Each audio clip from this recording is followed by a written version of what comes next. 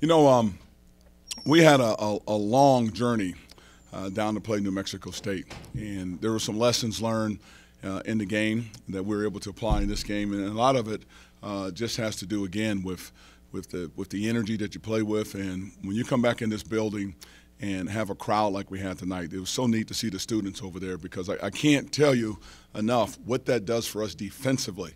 We had 8 straight stops in a row in the first half, and I didn't think we played well. You come in at halftime, you got 45 points, and Ahmed misses 5 wide open threes, so with 1 turnover. And then the second half, when the running game got going, the crowd was good for us on that end of the floor because we were getting the stops, and it really gave us an opportunity to get out and put the speed game back in. I don't think we've been running as well as we need to, but with that energy in the building, it gave us a chance to get out and share the ball and play. In this system, if you play hard, if you play defense, and if you run, you are going to score. And these guys did a pretty good job of tonight, I thought, of just settling down and playing. Idaho, obviously they're young. They're going to be really good. He's an excellent coach. And there are some things that we're seeing on film that they do already that's pretty amazing to be that young of a team. The difference in the game tonight was obviously CJ and Robo, their points, our depth in the bench, and just have a little bit more experience.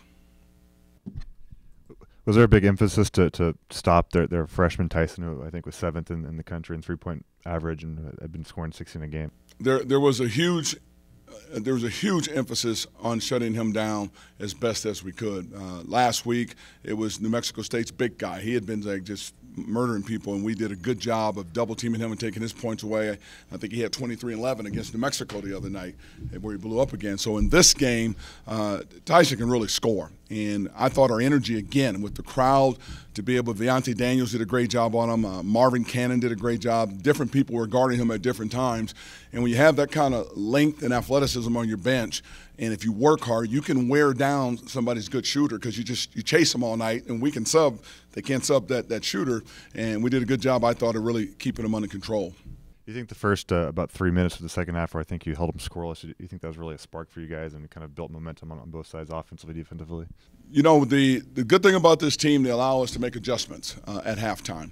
And they're calm adjustments, and we talked about the energy again and getting ourselves moving. So I thought we came out of the locker room really focused and locked in on playing defense and shutting them down. And again, when we play hard and play defense, that running game gets going, and all you have to do now is share the ball because we've got some excellent shooters on this team when they get in rhythm. And then especially in the second half, being able to hit like 5 of 6 threes right off the bat, sort of. When you get into a timeout in that case, do you say what do you say to him? Do you just say keep shooting them?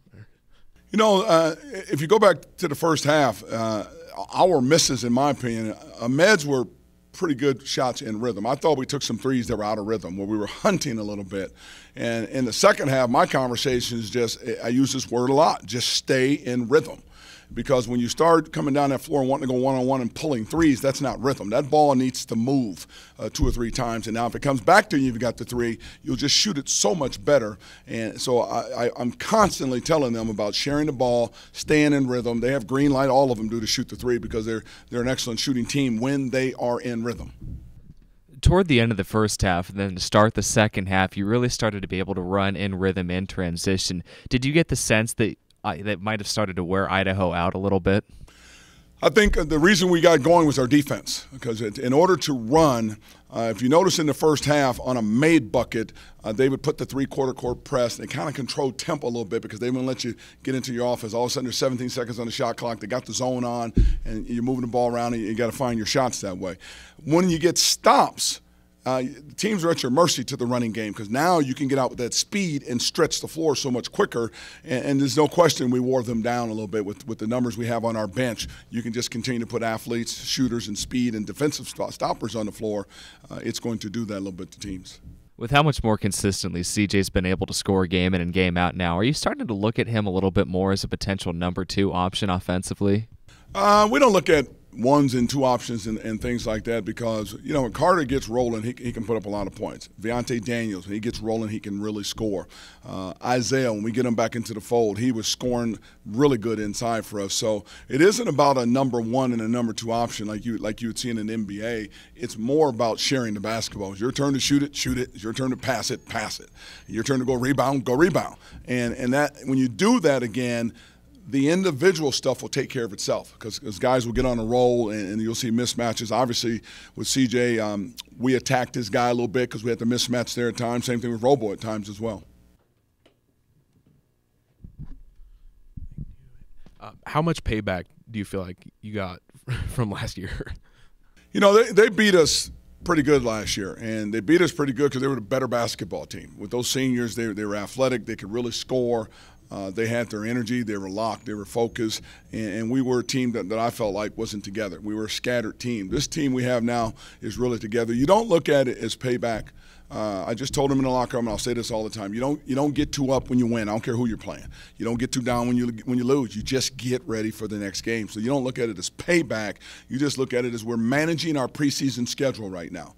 We had a stumble with Robo out at Seattle. We had a stumble in New Mexico State with Isaiah out. We're getting healthy again now, and it's just managing and really about playing the right way. If you do that, the winning will take care of itself. But I've been in this business too long as well as Ron. It's not about revenge and anything like that. We're playing the game because the people here have had this rivalry, and I don't think you should take it off the board. Just play the game. They're going to be tough next year when those guys grow up. We're losing Robo and V. We're going to go over there and really fight again over there to get a W.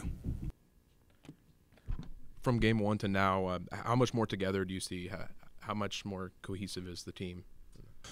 You know, they're really, you know, and I've heard announcers talk about this. For having 6 new guys, and to have them playing like this so quickly, that's a good sign to me because that tells me, again, from when they got here in June, July, they immediately gelled together. And that's why they're where they are today. They've come together so quickly because of their character and they trust each other. The more we can do that and the more we can up our energy and effort, the better basketball team will be. So the focus for us right now is to manage the preseason, but we're also preparing for that conference season, which is just going to be brutal for everybody. And in that, you've got to play a lot tougher, a lot smarter. We know we need more people on their game coming off the bench. So they're really together, but it's more about pushing them now to get them to another level of play for longer periods of time.